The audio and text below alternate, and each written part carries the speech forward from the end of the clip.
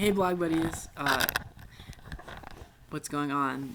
So we're in my bedroom, and I am in bed. I just got back from Boston, and I'm feeling a little bit under the weather. Actually, a lot under the weather.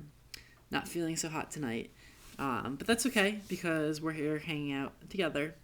So hey, earlier today I put a post on my blog soliciting topics for a talkie blog, and quite a few of you guys responded, guys and gals, I should say.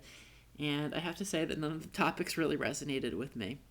Most of them were about Will, or having sex with Will, or what Will looks like naked.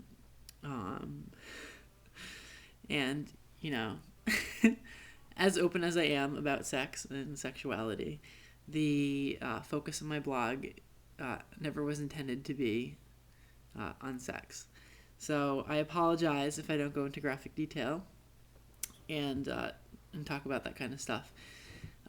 But yeah, so that's the story.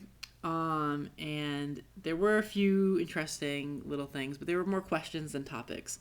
So I am going to do my own little topic, and this is one that kind of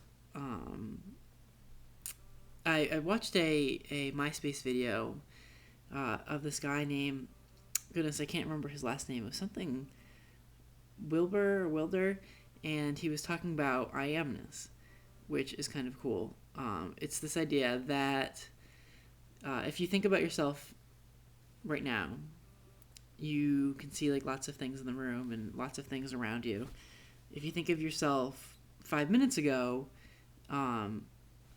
maybe you're in a different room, a different place, and the things around you were different, but you still had this center awareness, and that's called I amness. And then you think 5 years ago, everything around you was completely different, but still you had this I amness, and it's been there forever before you were born.